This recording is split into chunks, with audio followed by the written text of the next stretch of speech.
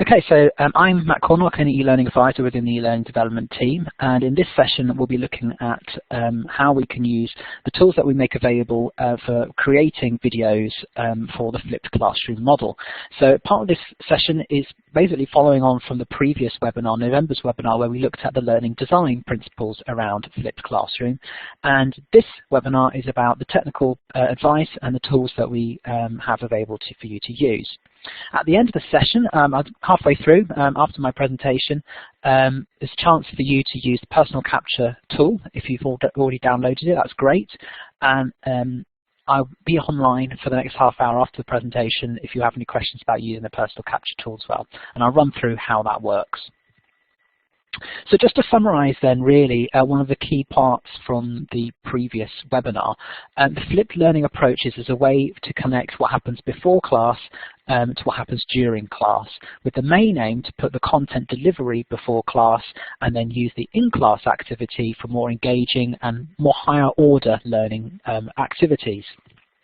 So one of the traditional formats is just to provide a short video, perhaps some documents or reading, and then those videos and documents provide the basis of the theoretical knowledge that students need, and then they're brought into the class activity either for students doing mini lectures, perhaps doing some sort of seminar activity as well. What we're looking at today is really how we can use the video and the documents as part of a more active learning approach. So not just simply sticking up a video and hoping that students will watch it, but actually what we're going to get the students to do before the in-class session. There are a couple of points to remember then, all the way through whenever you're designing a flipped classroom model. First of all, that it needs to be structured. So expecting students to dive straight into this type of learning, it's very unusual from what they've normally done, what they expect from university education.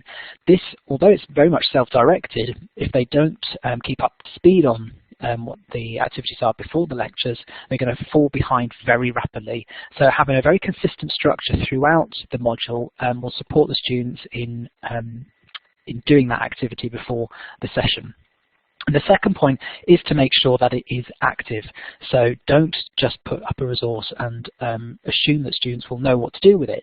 There is a bit of guidance that you will need to put on, particularly around establishing the learning outcomes, and then through using the resource, how the students can check their understanding before they then come to the session. And that's one of the real strengths of the flipped classroom model, allowing the students to check their understanding using the tools that we have available before they come to the face-to-face session.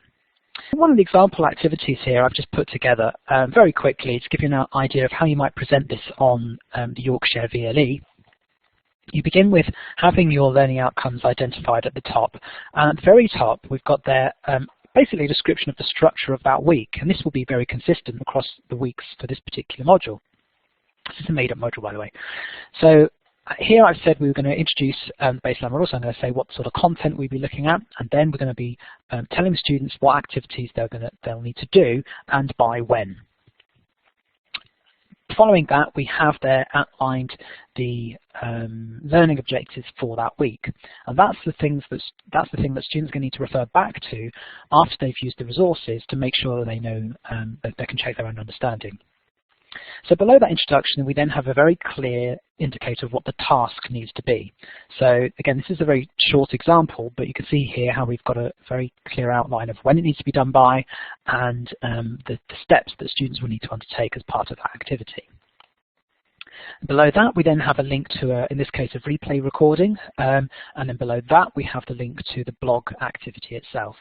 Now, the blog tool is really good if you wanted to get students' opinions, students' points of view before the session, and then draw upon those in the face-to-face session. You could also use something like a quiz tool to check students' understanding. So if you're doing a more theoretical type of lecture delivery online, then you can check students' understanding using the quiz tool. You can monitor the results of that if you so wanted to. And then you can target the parts that students aren't getting based upon the results in the quiz in the face-to-face session.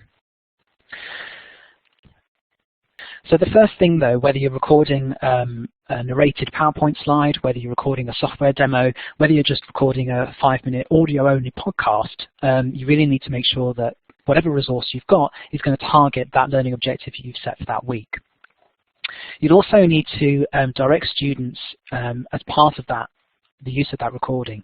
So what are they expected to get out of it? The reason why I say that is that if you're, for example, using a YouTube video and you're not creating your own video but using a YouTube video, how do students know what you're intending to get out of that YouTube video? A YouTube video has a wide range of audiences perhaps. It could be a lecture that's available from another university that's been put online. But how does that video relate to what you're expecting the students to understand from it? So it's worth identifying where students should focus their energy. And that, again, comes through for the rest of the learning design. In terms of the structure of that learning resource, then make sure you do the usual sort of behavior in the lecture, the logical progression. Build upon the ideas at the start of the recording and then sort of take them on a journey almost through that recording. One of the main things to watch out for is avoiding the tangential information. This is where, if you're a lecturer, you might sort of have a little more freedom in the face-to-face environment to respond to maybe students' personal interests, or perhaps a really good example or an analogy that helps students learn a particular topic better. With the online delivery, that can actually be a bit of a distraction. It's best to try and focus your energy on making a really clear point within that defined video, then going off on a tangent and bringing in extra examples. So just avoid that tangential discussion, shall we say. And then the final point then, when you're thinking about structuring your video, is a way for students to judge their own understanding. Now that could be a summary at the end of the video that says what you talked about and whether students got what you talked about, and it can also be leading them into the activity. So if you're creating a video that's specifically for a specific activity, then you could say, now take this, what you've learned from here, write your responses in the blog. So you're directing students, and then the blog activity itself will enable students to judge their own understanding. In terms of how you would record it, so this is you delivering to a webcam, well, the first thing I'd recommend is use a crib sheet. It's no bad thing to use a crib sheet. It's perfectly fine if you have a piece of paper and it's down on your desk and occasionally you look at it. These aren't going to be broadcast on the BBC. These are learning resources for students on your module. So it's better that you keep succinct and you use a crib sheet if you need to. One of the other great advantages of using a crib sheet is that you can use that for the accessible equivalent as well. If you're creating a learning resource that this is the primary and the only way that the content is available to students, it has to be accessible. And by that I mean accessible to disabled students. So if you have a student with a visual impairment, perhaps they can't view things on the screen, the crib sheet can be read by a screen reading software that takes the text and it speaks it out to the student. And of course your narration anyway will do that, but you might want to put a little bit of extra detail into your crib sheet for that purpose. Also, if you have a student who has a hearing impairment, or perhaps even a student who's trying to watch the video in an environment that isn't conducive to listening to something, now that could be or perhaps on the bus, which we hope they'd be even more focused than listening it on the bus, but you never know, or in a shared environment such as the library, they might not be able to listen to the recording at full volume. So having that crib sheet gives them a text equivalent which they can then look through at the same time. It's also a lot quicker to, if they're doing revision, to look at the crib sheet than it is perhaps to replay the entire lecture. When you're delivering your presentation or walking through your software demo, the main thing is to keep it short as well. Don't go any longer than about 10 minutes, because watching a video online is very much different to being in a lecture. There are lots more distractions, and having a very succinct 10-minute video with an activity that enables students to judge their own understanding afterwards is going to be more valuable than just waffling on for half an hour, which is slightly what I'm doing now, but bear with me. So one of the other things as well is to speak clearly and don't rush. Make sure you factor in pauses throughout your video. So once you've made a key point, pause. Allow students time to think, yeah, okay, I've got that, or even give them time to just press the pause button on their playback anyway. It would also make editing easier. So the reason why I say that is if you do make a mistake, carry on, but have a pause before you carry on, and then you can make an edit point in that gap, and you can just take out the bit that didn't work. But it shouldn't have to be perfect, okay? So don't worry about every single little utterance like ums and ers and maybe a door slamming in the background. It's not the end of the world. The main thing is that you get the resource created and make it so that the students can learn from it. So if there are distractions, then obviously that's going to prevent the learning, but don't worry too much if you accidentally sneeze in the middle of it. It doesn't matter. the students know who you are, they've seen you before. So I wanted to sort of give a quick overview of 3 different recording tools, but we'll be actually focusing mainly on the Echo Personal Capture. The reason for that is the Personal Capture tool is something that we provide and we can support on campus. It's also free for you, and there's a really useful way of that integrating with the VLE, which I'll show you in a minute. Camtasia Studio and Screencast-O-Matic are alternative pieces of software you can use. They will create an MP4 file. So that's like a video file which you can then upload onto the VLE, and you can even import that into Replay if you wanted to. You can even host that on YouTube if you so wish. So having a quick look, first of all, at Camtasia. Camtasia is what I call the gold standard of all screencasting tools. And I don't get paid to say that. That's just my opinion. And it's got quite a nice little interface there that allows you to record. It's got a nice big red record button. You can choose whether you want your webcam, you can choose which microphone you're going to record, the size of the screen you're going to record. And then when you're finished, they've got quite a sophisticated editor. So you can actually fade in and out your webcam, you can zoom into parts of the screen, you can use these annotation tools, so it sort of rings things onto the video. And that's what Camtasia offers. It's a very powerful tool. There's a little bit of a learning curve, but if you do want to go down this route, I'm very happy to support you using it. There is a cost attached though, and that's something that you or your department will need to bear. It's about £125, I think, at the moment. The next tool is freely available, and it's called Screencast-O-Matic, and it's a website. So if you go to screencast-o-matic.com, or you type that into Google, you'll end up with this tool. It requires you to download a little Java widget onto your computer. So you might need your DCO to allow you to do that.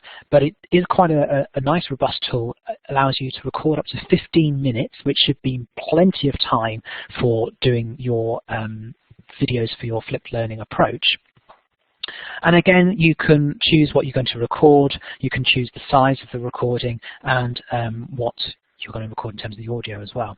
So there's a little red record button, and that gets uploaded onto the Screencast-O-Matic server. You can keep that hidden, but you can also export that as an MP4, and that's worthwhile doing as soon as you can, as soon as you've made the recording, so you've got that as a file on your computer. And finally, there's Echo Personal Capture. So this is the tool that we support in the e-learning development team. And the good news is that Personal Capture is available on the PC in this format, and Personal Capture is available on the Mac in this format. The interfaces are not the same, but they do the same job. But the software is available on both. So we can go through. I'm going to actually focus on the PC, but certainly after the end of the presentation, if there's any specific questions about the Mac, I'll recap this particular screen as well. So Personal Capture, again, has basic functionality in terms of choosing what you want to record, but unlike the other 2 programs, this records the whole screen. And that, whilst it makes it easy, it also has a few problems. So we'll look at those in a minute too. The advantage, though, of Personal Capture is that you can add the recordings into Yorkshare very, very easily. What you can do, you can set up a hidden area where the recordings will be automatically published, and then you can move these links, which the replay system creates for you, to your recordings, to another part of the VLE site. You just use the same sort of usual tools, hovering over the title, click the arrow, and tell it to move or copy. So creating those links is actually quite a nice, straightforward and automatic process. You can see here there are a variety of links that are available as well to enable students to download the recording if you choose to have that as an option. Alternatively, the current way that we use Replay, which is through an Echo Center, that's where we do the scheduled lecture captures, students will access it through an interface that looks a bit like this. So here, the downside of this, though, is that these aren't contextualized within any particular learning activity. So if we go back to the original example I gave, just bear with me a second. There we are. You can see that I've moved my link into the activity itself. If we just link to the Echo Center, then students would have this activity. They'd have to go to the Echo Center, work out which video it is, and then go back to the activity to work out what they wanted to do with that video. So using the links functionality within that sort of activity structure is actually a big benefit. If you're not using Replay, if you're just uploading the files, that's absolutely fine, and you can upload those as a content item. We also have a streaming service which makes it a little bit more secure if you don't want that to enable students to download the video. But in that case, you might as well use the replay system because that will enable streaming as well. So you can upload videos into replay. So here's a few recording tips for you now. I've got this online as well in a section of the handbook. If you've never used the e-learning handbook, then this is a chance for you to find out a bit more about it. One of the links I'll show you here on our website, that gives you an idea of, at the bottom of that is a document which has the recording tips in, but it's always useful to try and go through some of these. So the first thing I want you to look at the moment, I'm going to record this screen here using personal capture. What I'd like you to do is identify all the potential problems of recording this particular screen at the moment. That's great. There's too much screen clutter, certainly. Where is the focus? What are we supposed to be looking at on this screen? It's a very valid point as well. We've got three things open. We've got an Excel file, we've got a Word document, we've even got Amazon lurking in the background there. So which one of these are we actually supposed to be looking at? As a student, that's definitely an issue. Yep, you've also got all this clutter on the desktop as well. So if you are intending on showing students different screens, then normally it's worthwhile hiding the icons on your desktop. If you've never done that before, it makes your life a lot more calmer because when you load up your computer screen, it's nice and blank. If you right-click on the desktop and then choose, I have to do this myself now, if you go View, and then you uncheck Show Desktop Icons. So if you right-click on your desktop, go to View, and then uncheck Show Desktop Icons. That's of course for Windows. There might be a Mac equivalent. I don't know if Mac users know that already. Confidentiality issues, certainly in the case. We've got our email inbox open at the background there, and even potentially what we're buying on Amazon might not want to be shared with our students. So those are certainly issues that you need to watch out for, making sure you've closed down all of your browser windows that you're not actually going to use for your recording. Paul's indicated there an issue about resolution, and I think that's a very valid point, particularly when you're doing software demos.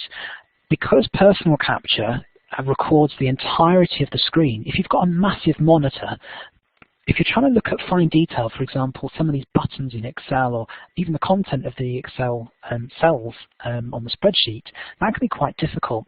So there's a little cheat that you can use with personal capture. You choose a lower screen resolution on your computer. And then that way, personal capture, even though it records the whole screen, the content is a little bit more zoomed in, if you will. It means that you don't have as much space, but it just improves the recording if you're doing that for software demos. If you're using one of the other alternatives, such as Camtasia, then you can zoom in on particular parts during the course of the recording, and so that isn't too much of a problem. You can use your maximum resolution as you will normally have. But with personal capture, there aren't any annotation or zooming features, so it's just going to record the whole screen. Okay, so we have their desktop icons, we've got the browser tabs, we've got the web page content potentially. We've also got these taskbar icons along the bottom as well, and sometimes they can give away what you've been up to. So just be aware that if you've got your taskbar showing what icons are on there, for example, if you've got, I don't know, LimeWire or something along those lines, you might not want to have an icon showing to students that you're using that. So that's certainly where we're going from. And also, if you've got more than one program open, you don't have the focus. So only open one program. Has anyone ever seen this happen before? I've got my PowerPoint slide here, and we've got some black bars on either side. Has anyone seen that before? But this often happens when you're using a standard slide size, as I've got here on Collaborate, and you're trying to present on a widescreen monitor. So if you're in a teaching room, a lot of those rooms now are widescreen, and if you're recording using personal capture on your computer and you've got a widescreen monitor, you'll end up with some black bars down the side of your slides. And you could actually make it a little bit better, and you can make the slide this full width and actually utilize the whole screen space. And one way to do that is, before you start creating your slides, you have to do that at the very beginning. Go to the Design tab in PowerPoint, go to Page Setup, and then tell it to be slide sized for on-screen show. 16:9, and that's the widescreen format 16:9. You might have a 16:10 format as well, but either one of those will mean that you get rid of those horrible black bars either side, and you can utilize the whole width of your computer screen. For documents, if you're using Word, perhaps you're going to go through an exemplar essay and you want to do a recording of that, or perhaps some code, then certainly, we've seen this before, we've got an issue here where we've got lots of things open, and you should actually zoom in to the document. So make it full width on your screen. You can use the zooming tool at the very bottom right of Word, and then perhaps you might even need to, if that doesn't do enough, change the font size. Just use Control-A, select all, and then up the font size across the whole document, just to make it even clearer in the video itself.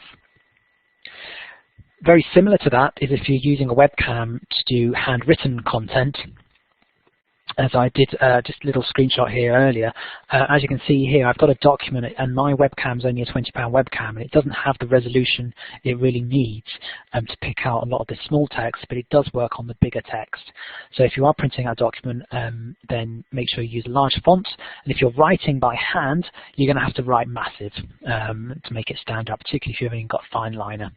There are some visualizers, some document cameras around campus, and there's a couple of rooms that are equipped with personal capture that have these visualizers in, and there's a video online, again at that link that I've just shared with you in the chat tool, that will show you how you can use the room setups for capturing handwritten content. Some more advice about video. Well, if you've got a video you want to record yourself on the webcam, it does give a better impression of actually who's delivering the lecture and their enthusiasm, and it makes it more engaging for the students. If you've got a webcam, certainly do use it, but watch out with this sort of situation here. But never ever record with a window behind you, because you'll end up like a silhouette. So watch out for where you position yourself when you're recording. One of the other things to watch out for, and if you've got a laptop, you might end up presenting like this, which I find quite intimidating. So I'd recommend that you hike your laptop up on a couple of books so that the webcam is level with your eyes, and that just gives it a bit of a more natural feel. So you can see in this example here that I've actually got a lot of clutter around me. I've positioned my head for some bizarre reason on the bottom half of the screen, so it makes me look very, very small. And really what you want to be aiming for is to have yourself right in the middle, just like I've got here in the webcam at the top. That'll do really for you. Some tips on sound. Really, if you've got a headset, use it. But if you've got a headset that has those sorts of connectors, the old style connectors, get rid of it, because it's rubbish. The quality of the microphones on those sorts of headsets just aren't good enough, particularly when they go through a computer. What you want to look for is a USB headset. So a headset that looks like this, and it's got that connector on the end, the USB connector on the end, and that's what I'm wearing now. This one here is a Microsoft LifeChat 3000. That's about £25, and as you're going to hear, it sort of does all right. Now, Collaborate compresses the sound even worse than it should do, but when you're recording using personal capture, that will come out nice and clearly. So certainly get yourself a nice headset. If you're doing a group, then, excuse me a second, I'll just fish out a microphone. We have a couple of microphones that look like this. These are called boundary microphones. So if there's a number of you that are recording, obviously having a headset isn't going to be practical, then you can borrow a boundary microphone and put that on the desk somewhere. And again, that's a USB. When you're setting your microphones up, then you really want to be aiming to get that level up as far as you can do.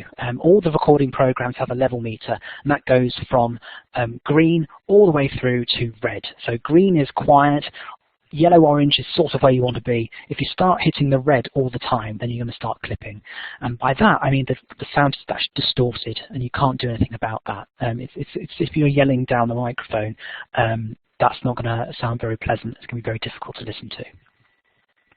So you want to try and get your levels sort of at the very end of the orange-yellow area before it starts hitting the red all the time. To do that, a lot of the programs don't have the sort of volume controls that you want and need, so you're going to have to look at your settings on your PC or Mac. There is a Mac guide I've put somewhere. I will email that to you that if you need that. But the Windows guide here is through right-clicking the sound icon, the little speaker icon next to the clock at the bottom, then choosing recording devices, and then you'll see one of these will be the microphone you're using. So I know that mine will come up as live chat. This one here is actually a microphone that's attached to my webcam. Doesn't matter which one it is, whichever one you're using, select it, then click Properties, and then you go to Levels, and then you can bump that all the way up to 100%. And that's a really important step to do. If you don't do that, then the recordings aren't going to work very well. Other things to watch out for with sound: close doors and windows, particularly if you live near a railway line or a large road with thundering lorries going past. And turn off aircon and fans. Now this could mean that you're going to get very hot if you're in a very small room. But the reason why I say to do this is that you do get like a hum or a hiss noise if you don't turn off fans and things like that. And obviously that can be distracting for students. One of the tips that actually a computer science lecturer uses in their lectures is to change the size of the mouse. And you can do this if you go to the control panel on your computer. And again, if you go into the system preferences area for a Mac, you can look at changing the size of the mouse. And here, change how the mouse pointer looks, and then change it to the extra large scheme on the Windows computers on campus. And that just makes your mouse more visible as you might be using it for your presentations. The problem is though, if you're anything like me, you end up with twitchy mouse syndrome, and you constantly have your hand on the mouse, and as you're presenting you start gesticulating, your hand moves, and the mouse cursor wanders all the way over the screen. So whenever you're not using the mouse, move it to the very bottom side of the screen so that it's out of the way of the content, and take your hand off of it so you're not tempted to gesticulate with it. So if you're trying out personal capture, here's how you do it, and I'll run through the process and then I'll let you have a look at yourself if you've already downloaded it, and I'll be around until 1:30 for any questions. So first of all, when you load up Personal Capture, there's one step you need to do at the very beginning, and that's to change the quality setting. So at the very top right, you can see here it's got best quality, larger files. So that is what you need to choose from that very top menu bar. If you don't do that, there's a tendency for Personal Capture to squish the recording, and the audio quality isn't that great. So set that to record best quality. The next step is to look at what you're going to be recording. So the first option there is the audio input. So that could be a microphone, or it could be stereo mix. And stereo mix is basically the sound from your computer. You can't do both, unfortunately, so it's one or the other. The next ones down are the video inputs. So that will be the webcam and a monitor. If you have a webcam and 2 monitors, you'll see 3 entries in this list here, and then you'll be able to choose a second option as well. So you can record up to 2 video sources. That could be a webcam and a screen, or it could be 2 screens if you wanted to. And then you're pretty much ready to get going. And once you've set that to high quality, you've connected everything up, you've selected what inputs you want, hit record, and away you go. You get a 5-second countdown, 3-second countdown, one of those 2, and then the program will minimize onto your start menu or the taskbar at the very top of the Mac, and then you can do your presentation. When you finish doing your presentation, just open up Personal Capture again, and you hit the stop button, which will appear in the same place. On the Mac version, if I just pop back to the Mac, there we are, you choose what you want to record at the bottom there, so you choose the sound and the screen and the webcam if you wanted it to, and then you click Start Capture, and the same sort of thing will happen. Once you've done your capture, you then need to upload it onto the system. And what you do, so let's go back to this page here, hover over the recording in this recordings list at the bottom of the screen. Once you've finished your recording, it'll appear in there. And then you click on the little publish icon, that little square with an arrow pointing upwards. That will bring up some extra settings. So you're putting a title, and this needs to be meaningful for obvious reasons. Otherwise, you're going to have a lot of recordings, you're not going to know what they are. So make sure that's a meaningful title. You might even want to put in the module name as well. You choose a course. Now I've set a testing course up for you today for the webinar, but if you want to use a course for your, if you want to use it for your module, then you'll need to request a new publishing area. And I'll just put in the link to that in the text chat box. There in a second.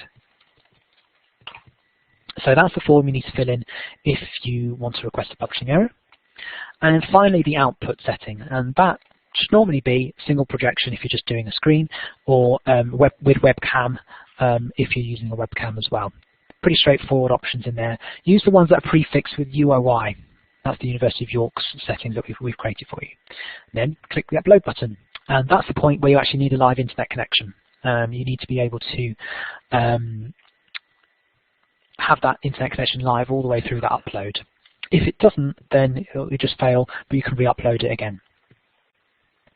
So once it's uploaded, you'll then receive an email that says it's been processed and it's available for you to do what you like with. And that email will contain a link which you can share with students. But what I'd recommend you do, if you wanted to edit it, is go to the Replay admin interface. So that's at replay.york.ac.uk. When you log into that, you will see a list of all your recordings. What you do is you click the title, and then you scroll down to the subsequent page, and you get an Edit Media button. And that's where you get hold of an editor like this. So the instructions for using this editor are in the guide, the Editing and Making Available guide. So use that guide for doing this. But essentially you can top and tail the recording. You can take bits out of the middle. But it's the whole recording. It's the audio and the video together. You can't separate one from the other. When you've done your editing, you then process the edits. Do not use save edits. That's just a draft mode. You have to process the edits. And again, that's in the guide to make a point of that.